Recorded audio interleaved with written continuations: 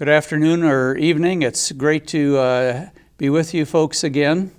My name's Dan Brook, a retired clergy and academic, and it's always my pleasure and delight to be able to share another time with a local clergy person in our series called Conversations with Clergy.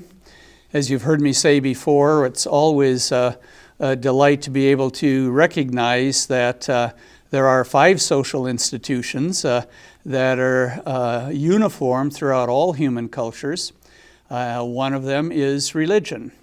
And while we usually have a lot of conversation about politics and economics and education and things of that sort, we often don't have a chance to just sit down and converse about what is really something important to a great majority of people on the planet, and that is some relationship with a higher being, God, call it what you will. This is a very common thing throughout the world. And so we've brought it down to a local level, as you may remember, and I'm really delighted today to be able to introduce a relatively new pastor to the community of Hudson, Wisconsin. We'll have him tell a little bit about himself, but he currently serves First Baptist Church here in Hudson. And so I'd like to introduce to you Pastor Scott Jorgenson. Well, thanks, Dan. Thanks for having me here. It's great to have you here, and I'm going to start with the very toughest question. Okay. Just to warm things up a little. Sure. So as we conversed briefly before, there's a story, about a crack in the bathroom mirror. The first time you see it in the corner, it drives you crazy. After a week, you hardly see it. In a month, you don't even know it's there. And so it's always helpful, I think, to any community or organization to ask people who come into it with fresh eyes to tell a little bit about first impressions. And so I would like to suggest you tell us a little bit about your first impressions of Hudson and your first impressions of First Baptist here in Hudson. Sure. Well, I'm born and bred Minnesotan, but Hudson's not unfamiliar to me. My grandparents had a ranch on F just south of here, right on the St. Croix. So Hudson was a known entity to me, but never having lived here before, it's a whole new experience being right downtown. We live in the parsonage right on the corner of 3rd and Vine, and our first impressions were we could retire here. Yeah, it's right next to the river. We got 2 state parks right next to us. My daughter and I are trail runners, so we've got trails to run without having to travel too far. But as a community, it really offers a lot for a town of 13 or 18,000 here. We've been just so impressed with the caliber of restaurants, which is a little problematic living so close here, and First Baptist itself too, a relatively small congregation, but oh boy, what a great group of people. It's just been a privilege to get to know them the last 5 weeks. That's when I came, middle of July, and it's just been a wonderfully welcoming community. It's been a little surprising that way. We thought it might be a little hard coming into a small town and the small town community, but just been welcomed very warmly here these last few weeks. Yeah. It's interesting you say that about retiring here. I've just been reading a bit about the projected growth in the community. Just as an aside, we always think in terms of young families coming in, a lot more kids and all that sort of stuff, but the growth projections for this area are for empty nesters predominantly. Yeah. So it may be interesting to see the character of the town change and your ministry change. Why don't you tell us a little bit? I know you've got an interesting story about the journey you have taken to get from growing up in Minnesota to a pastor in Hudson. Do you want to spend a little time just conversing a bit about that? Sure, Dad. Yeah, ministry is a second career for me. Mm-hmm. So I was a software developer, a computer geek. I actually lived in Arden Hills for the first 3 years of my professional career. Worked for Control Data up there. And then my wife and I are from Rochester, and unfortunately my wife Lisa's mother got sick with cancer, so we wanted to move back to Rochester to home to care for her. And applied for a job at IBM in Rochester, of course. They're the computer giant there. But Mayo Clinic was there too and said, well, they must do something with computers. Well, 2 weeks later, I was hired there as a software developer and did software development in Rochester for Mayo Clinic for the next 13 years. Yeah. And so a computer geek by education. My undergraduate degree is math and computer science. And then a strange phone call from a friend from the Twin Cities here said, by the way, I'm working for a consortium of seminaries, and did you know you can get your seminary degree doing night school now? And I said, well, that's interesting, but why would I care? And she said, Scott, you'd be a great pastor. So I talked to Lisa and said, I got this strange call from Holly this week, and she said, yeah, I think it's time. I think you're supposed to go to seminary. So we make a long story short, I did night school at Bethel Seminary up in St. Paul, there in Snelling. And while I was still working full-time as a software developer at Mayo. And then going into full-time ministry, really thinking that God was going to take me into youth ministry or music ministry. I'm a vocalist. And lo and behold, I did my internship at the Mayo Clinic as a chaplain. And as I was applying for jobs in churches in Minnesota and actually in Superior, Wisconsin, my director said, how come you haven't applied as a chaplain?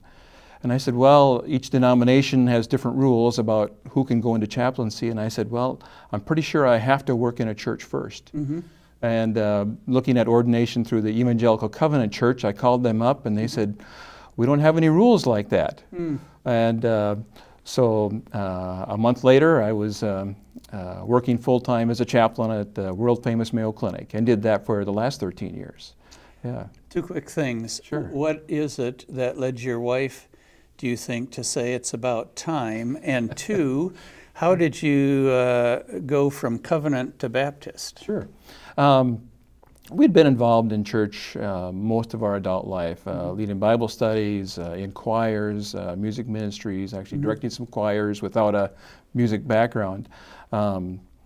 So the call to ministry really was pretty unique. Most of the circumstances in my life have been the 2x4 approach. God just kind of saying, by the way, I got something different in mind for you here. Overnight kind of changes like that. And for example, when I went into seminary, we were expecting our first child. Now, no one would plan to be working full-time, expect their first child, and then do full-time studies in seminary at the same time. But we really felt that this was God's call to full-time ministry. It wasn't just a desire to learn more about the Bible and theological things like that. It really, we really saw that God was saying, it's time for a career change here. So, so even though it's a unique stretch going from computer science to theology, we had been very active in our church up to that point. So that wasn't too much of a stretch, yeah. And then as far as my professional career as a chaplain, I'd always kind of felt I was doing it backwards. Most of my colleagues had worked in the parishes for a number of years, and then due to various circumstances, got some extra training, and then went into doing chaplaincy work. So going into chaplaincy right away, I never had that experience of leading a congregation. And 13 years in software development, had developed managerial skills, had managed a team and project and resources and money and budgets and all that kind of thing. And my training brought all that to bear. But in chaplaincy, you work kind of alone. And I loved the pastoral care in the hospital, but really didn't have a chance to use those managerial skills. And kind of thought that God was going to have me in a church sometime later in my career. And but by my own plans, not by His plans. And so this spring, unexpectedly, God says, by the way, you're heading to Hudson, Wisconsin. So when you, to back up a bit, the seminary, how long did it take you to do it, and did it culminate in the MDiv degree? Right, yep. So the SEM-PM program, if that's what it's still called, either choose the master's or the Master of Divinity track. And in my denomination, the Covenant Church, they really encouraged a Master of Divinity. And that also included the preaching and teaching kind of aspects of the ministry. So I was pretty committed to the Master of Divinity. I started in the fall of '95. And then I was done with the coursework in the fall of 2000. Yeah. So it was 4.5, 5 years to get through all the coursework and the internship. Right. It's a lot of work. Yeah, yeah. So how did you move from the Covenant denomination? What's the process in terms of changing from that to American Baptist? Yeah. So ordained in the Covenant is Evangelical Covenant Church of America. It came out of the Swedish immigration. So if a little history of the Covenant Church. So they were Swedish Lutherans, late 1800s, and then trying to find their niche in America at that time. And so primarily formed out of the Chicago area. And now there's a huge contingent on the West Coast. An exciting, dynamic, growing denomination right now. Kind of fell into the Covenant in Rochester looking for a church. This is before seminary, working as a software developer. And Lisa and I had Lutheran background, had gone to a Baptist church, Baptist General Conference church up in Ham Lake. So we're really kind of looking at various churches, and then a friend just invited us to the Covenant, and boy, it just felt very comfortable. It was kind of has this Lutheran Baptist twist to it theologically, and the service, a lot of emphasis on music, a lot of emphasis on preaching from the Bible, and so we really felt at home in the Covenant. So as I was seeking ordination, that seemed like the direction God was bringing me. Now my call to First Baptist, the American Baptist Church doesn't ask you to renounce that ordination. So I keep my ordination in the Covenant, and with their permission am now serving in the Baptist Church. Right now the Covenant has a surplus of clergy, and we don't have enough positions, or the Covenant doesn't have enough positions for all the clergy. So they actually encourage us to continue ministry in various denominations, and here I find myself at an American Baptist Church, which is very similar to the Baptist General Conference Church that Lisa and I knew when we first got out of school. Yeah.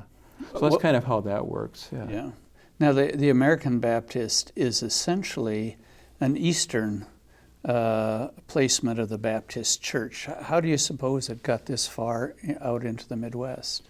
Well, I don't know my ABC history well enough yet to answer that, but I think it's one of those Baptist denominations that was primarily in the northern states, and it sounds like Northeast is kind of the start of it anyway, probably from those early immigrants in the late 1800s. And then as far as settling here in the Midwest, I'm not really sure how that occurred. It's interesting, the Covenant is now on the West Coast, which is an interesting dynamic too, how those people groups move and those denominations influence various parts of America. Yeah. Have you learned to play the oldest tracker pipe organ in the region?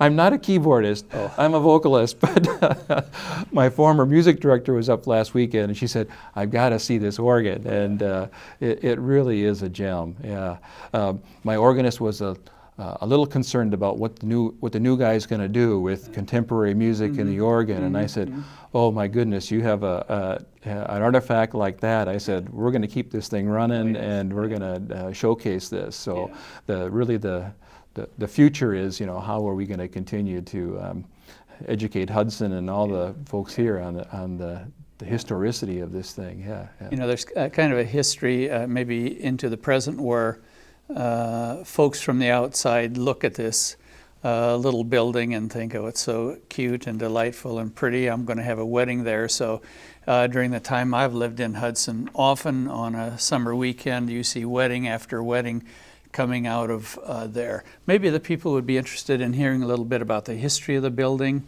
and the history of the organ, just for the fun of it, because it is a fairly unique story. Sure. I actually brought the dates with me because I don't have them memorized yet. So 1852, the church was established, probably meeting in homes. If that's typically how those Swedes and those Norwegians met early in the early church. And then 1866, the initial sanctuary was built, and that's with the steeple, the stained glass, the initial structure that you see as you come into it.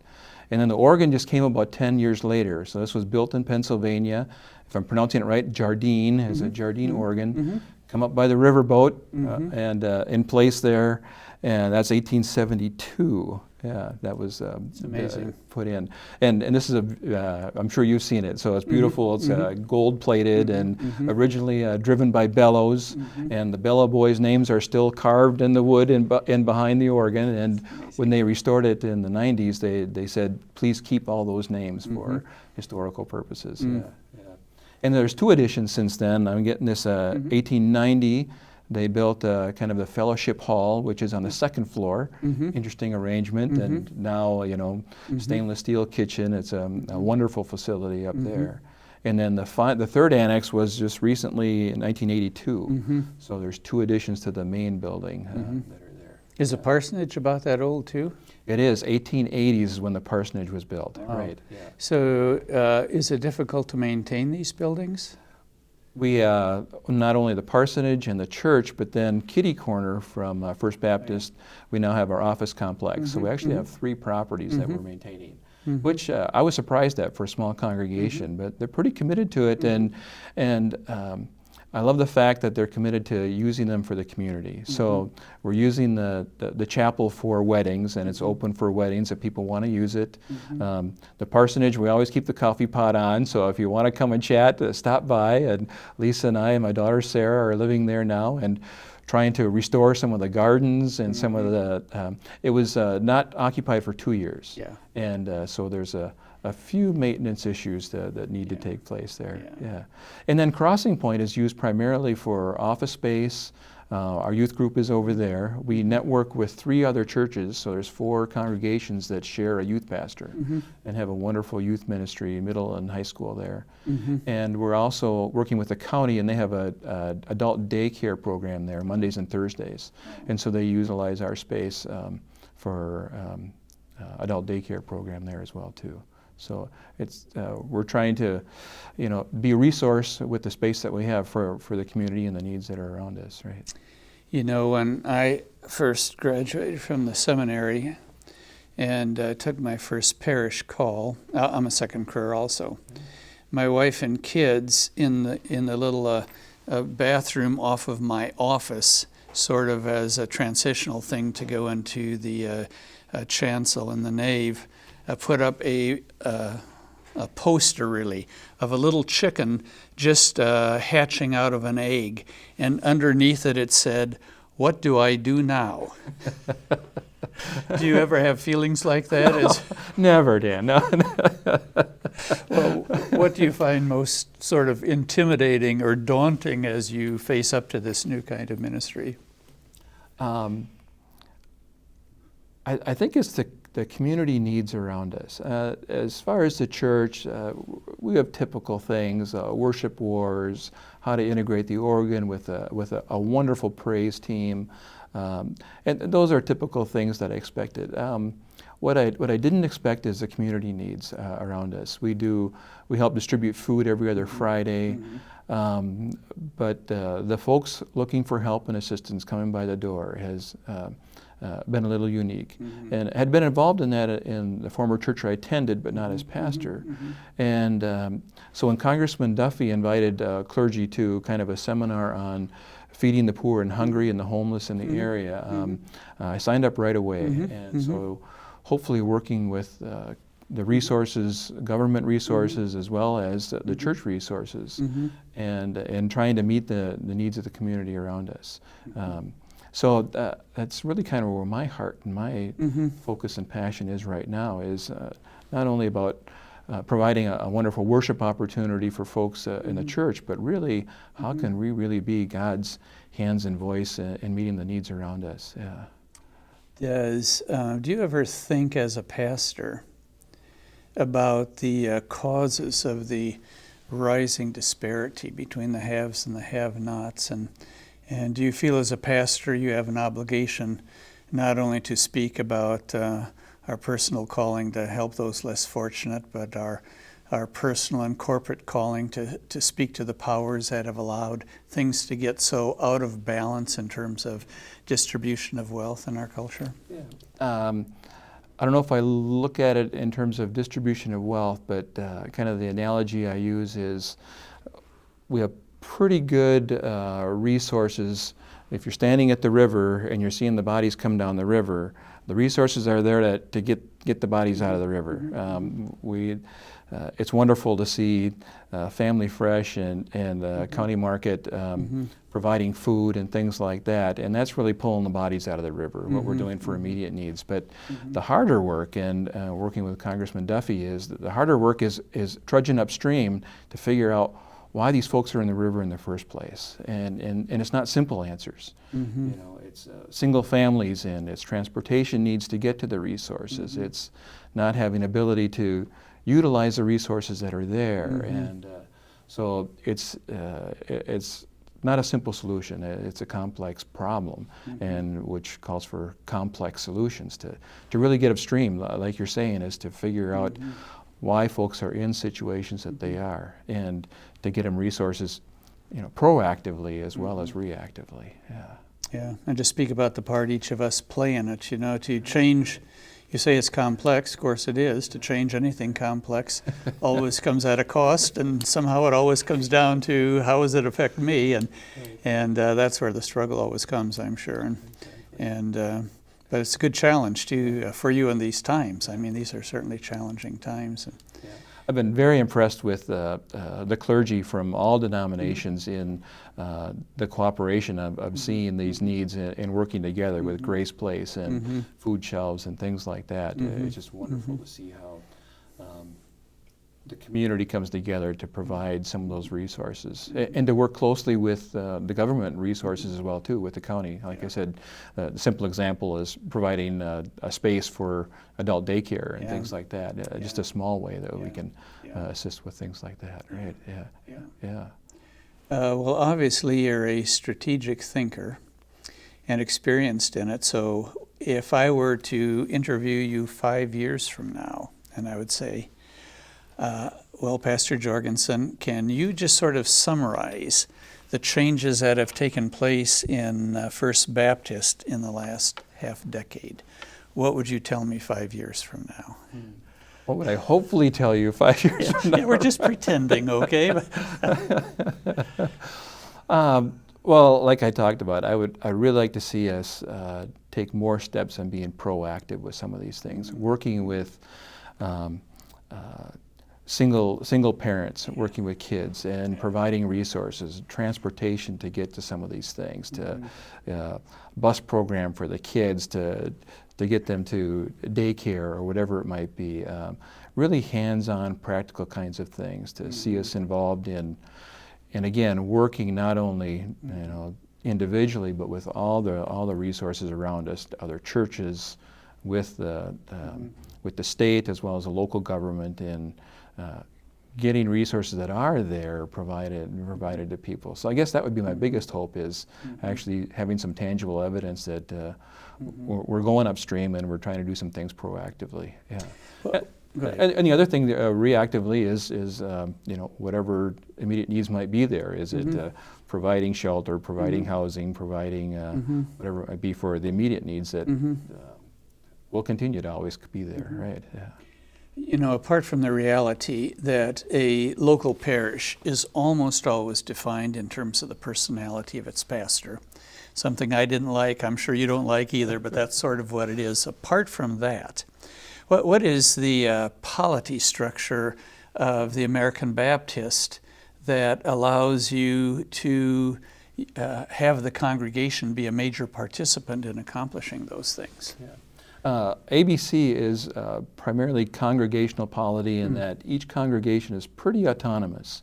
So First Baptist was able to call a covenant pastor in my case, and though the ABC has rules as far as my authority, and I still answer to them and things like that, the local congregation really decides on where mission money goes to. Are we going to have a mission in Africa or Uganda or Paraguay or Uruguay? And but yet we've got the greater denomination for the greater work.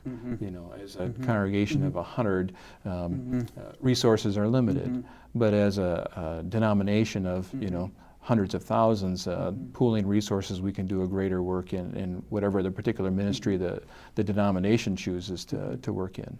On the congregational level, like, do you have a parish council, a church council? Yeah. We have boards, so we've got the deacons kind of provide the vision, direction. We've got a missions board, which takes care of all the money going to missionaries locally as well as internationally. The trustees kind of take care of the buildings and the grounds, the nuts and bolts kind of things. So, so each of those boards is autonomous, makes their own decisions, and then to make sure everybody's talking to each other, we then have the cabinet. Yeah, and that's just a forum for here's what's going on, and the cabinet really doesn't have authority other than if we need to do something different congregationally, new direction or something, they would kind of be that sounding board for that. But yeah. Now, probably the two most important people in your success are your spouse and your daughter. What does your spouse do?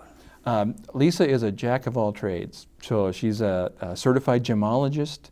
She has run a Mexican restaurant, managed and maintained a Mexican restaurant. Pretty much whatever she puts her hands to, she's the type A, and if you want it done, ask Lisa, because it'll get done plus 10%, yeah. So right now we're just trying to get the parsonage in order. So we've got it moved inside, we're working on the outside, and so she really loves the gemology thing, so she may be working with one of the local jewelry stores or something like that, and so we'll kind of see what the opportunities are there, yeah. She's done custom framing. So if you need something matted and framed, we'll get the frame shop set up here soon, and primarily just does that out of the home for friends, families, neighbors, and things like that too. So yeah. And your daughter is? I actually have two daughters. Oh, two daughters. My oldest is a sophomore at Bemidji State University, yeah, and then Sarah is a senior this year at Hudson. Yeah, and so we're trying to figure out where she's going to be going next year, and making new friends here at Hudson as well too. Yeah. What does your college daughter hope to become or do? Double major, psychology and criminal justice. Really? Right. So why did she choose Bemidji? Well, she went there reluctantly because that's my alma mater. Oh, it is? Yeah, yeah, that's what I was going to ask. So that's where you went. Yeah, that's right. She said, I'm not going to go where Mom and Dad went. But she wanted a small school, and she wanted a school that had a strong criminal justice program. Well, I'm a computer geek. I got my math, computer science from Bemidji State. So I didn't know they had a strong criminal justice program. And one day, this is in the fall of her senior year, she said, Dad, we got to make a trip to Bemidji. And I said, don't do this because we went there. And she said, well, no, they got a big criminal justice program up there. So we went up, and we loved to camp and fish and hike and all those kinds of things. And she said, this is really gorgeous, isn't it? We said, campus-wise, you can't beat it. Yeah. And she said, I met the program director, and she said, I'm going to Bemidji. Yeah. And she likes it. It's really a good place for her. Good fit for her, and yeah. And your senior, what does she think she'll do? Boy, she's kind of like her mom, jack of all trades. So musically inclined, plays a cello, loves the sciences, math, physics, chemistry. I'm a bit of an amateur astronomer myself, so done some pretty significant work behind the telescope. Went to Minnesota State Science Fair with one of her projects, and so she's not really sure where she wants to go. So St. Olaf is high on her list because she's a handbell ringer as well too, and so she's struggling a little bit that First Baptist doesn't have a handbell choir, but she's already made the contacts in Minneapolis-St. Paul area. I'm going to play with a Woodbury Methodist choir here this fall, and a sub for Twin Cities Bronze and Bells of the Lake. She's serious about it. Oh yeah, she's quite an accomplished handbell ringer. Yeah. Would you say that living with 3 females has domesticated you? Probably a little bit, yeah. Sarah's my youngest, and she's kind of the tomboy, although she's not a tomboy. We'll do some running together, so that's how. And we all like to hike and camp and fish, and we got a 21-foot travel trailer, and so we like spending weekends out in the woods. So it really hasn't been a stretch or uncomfortable for me. With Lisa, my wife, was basically born in a fishing creel in southeast Minnesota, so she kind of taught me how to fish. Those tables were turned a little bit in this case. Yeah. Yeah. Well, how long do you think the honeymoon will last? I think the honeymoon might be over. Already? No. My pastor of the church I came from, kind of my mentor, he said, be sure and check and see what the longevity is of the pastors that have preceded you. And over the last 50 years, I can count on one hand the number of pastors First Baptists have. They have loved and cared for their pastors exceedingly well. Yeah. So I really don't have any doubts about when the honeymoon is over. We'll continue to work together. And I'm a bit of a collaborative approach in my leadership style. And so it really is using the gifts of the team that we have there at First Baptist and to really see where God wants to take them and go from here. Yeah. So it's pretty exciting, but yeah, I am still in the honeymoon phase, that's for sure. But yeah. Well, I hope it lasts decades. It may. That's right. Because you've had two really, the two that I know are really wonderful human beings, and it's a great parish to go. With a critical mass of about 100, I assume you'd like the congregation to grow, and if so, what is it about you that would draw people in there other than the fact that you're all warm, fuzzy folks? Well, I'm not an interim.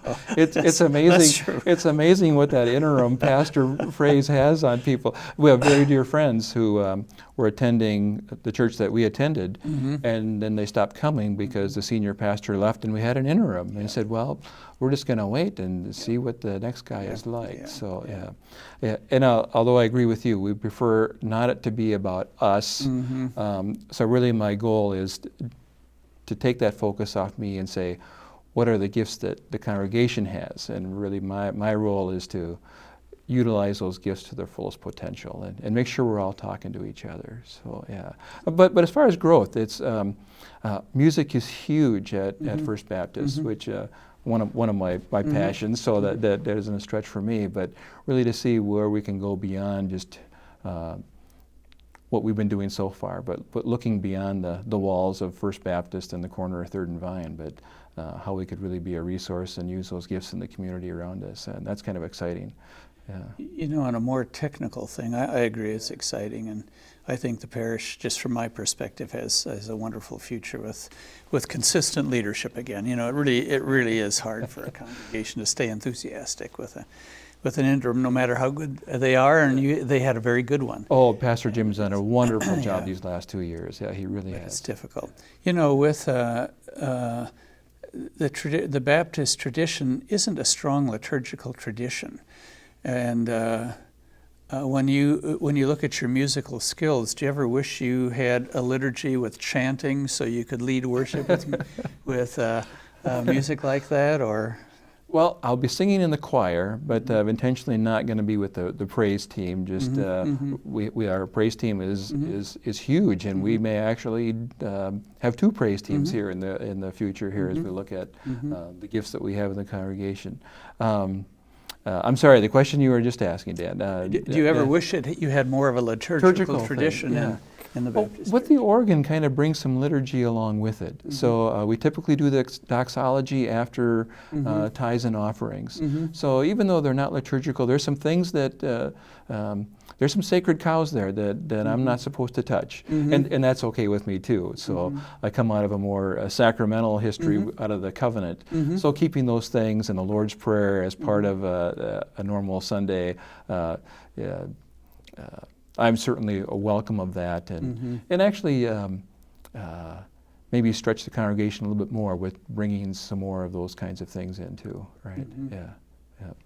What is the background of most of the parishioners? Do most of them, are they lifelong members? Do they have a Baptist tradition, or are they kind of a mixtum compositum of all sorts of folks too, and therefore a little more open to some changes? Yeah, there's obviously some families been there for decades and multi-generations, so obviously those are strong Baptist backgrounds. But other folks, 5-10 years, Presbyterian, Lutheran, Episcopal background, pretty diverse, pretty diverse denominationally, but lots of Hansons and Jensens and Jorgensons and Swensons. So again, not too much of a stretch for me, but maybe a stretch for us as we really look at are we representative of Hudson or not? Yeah. So I think we have some work to do there. Yeah.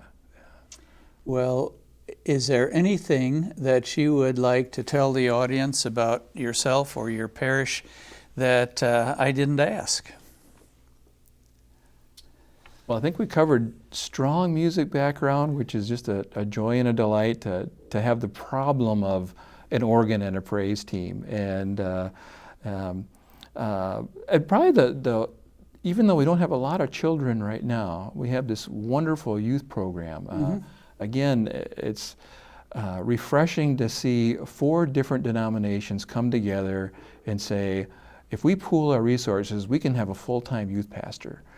So we've got an Episcopal, a Lutheran, a Methodist, and a Baptist church all saying, let's have a youth pastor together. So just to kind of tear down those walls of denominational boundaries and work together to provide a resource to the community. My understanding is that more than half of the youth don't come from one of those 4 churches. So it really is and we have a new youth director now. Danny Scarston is our new director of Networks Ministry. And just to see his heart and passion to really say, boy, if more than half of our kids aren't from our churches, what are their needs? So he's really looking at assessing what the needs of those folks are. So we may go down youth counseling route, providing ACT prep kinds of stuff for college exams, things like that. So is his office in your building across he's the at street? Crossing Point, right, a kitty corner from the church. So right. And there's nice space in there for youth activities and things too, isn't there? Or does he try to go to the various supporting churches from time to time? And So middle school meets out at one of the other churches, and then the high schoolers meet Wednesday nights at Crossing Point, down there at First Baptist, right? So is it Mount Zion? Is that the Lutheran church? Mount Zion? Top of the hill? Mount Zion, St. Pat's? Again, I'm sorry, Okay, I'm so not it's sure. the Episcopal, the Presbyterian, and a Lutheran. That must be Mount Zion, I would guess, probably on top, which is Swedish in origins too, by the way. Yeah. So, the Lutherans are sort of interesting. I can only say it because I am one. Yeah. In town here are interesting. So they came in. I mean, they're all Lutheran, but there were the German Lutherans, of which there are 2 iterations now, the Norwegians, which are the Bethel and that bunch, and the Swedish, who are the Mount Zion, and Right. they get along better now than they did 2 generations ago, but it's interesting how we hang on to those ethnic roots in spite of the fact that they're essentially meaningless in the lives of most people. But Right, exactly. so it is. And well, I'm just delighted to meet you, and I know the community as a whole welcomes you, and I think the next decade of your ministry is going to be through a lot of transitionals and the composition of the community and the people you'll be serving, and that'll always keep interest and energy in your life, I think. And what, by the way, is the most tiring thing you find about being a parish pastor? Creating the bulletin for Sunday morning. I loved putting the sermon together weekly, and I wasn't quite sure about that because that's different than hospital ministry, of course, But that's been a delight to study but then to make the PowerPoint match with what I'm preaching on a Sunday morning is always a bit of a struggle. So yeah. But I thought you were a techie. Yeah, right. No, I empathize with you, and those of you in the audience who maybe have some interest. It's one of the many things in parish ministry. I often think of it I used to be a police chaplain and said how analogous being a pastor is to a policeman. You end up doing so many things that really have nothing to do with what you've been trained and called to do, and making bulletins each Sunday is maybe one of those. Exactly. But so it is with anything. Well, again, Pastor Jorgenson, it's a delight to converse with you, and we wish you every blessing in your ministry here.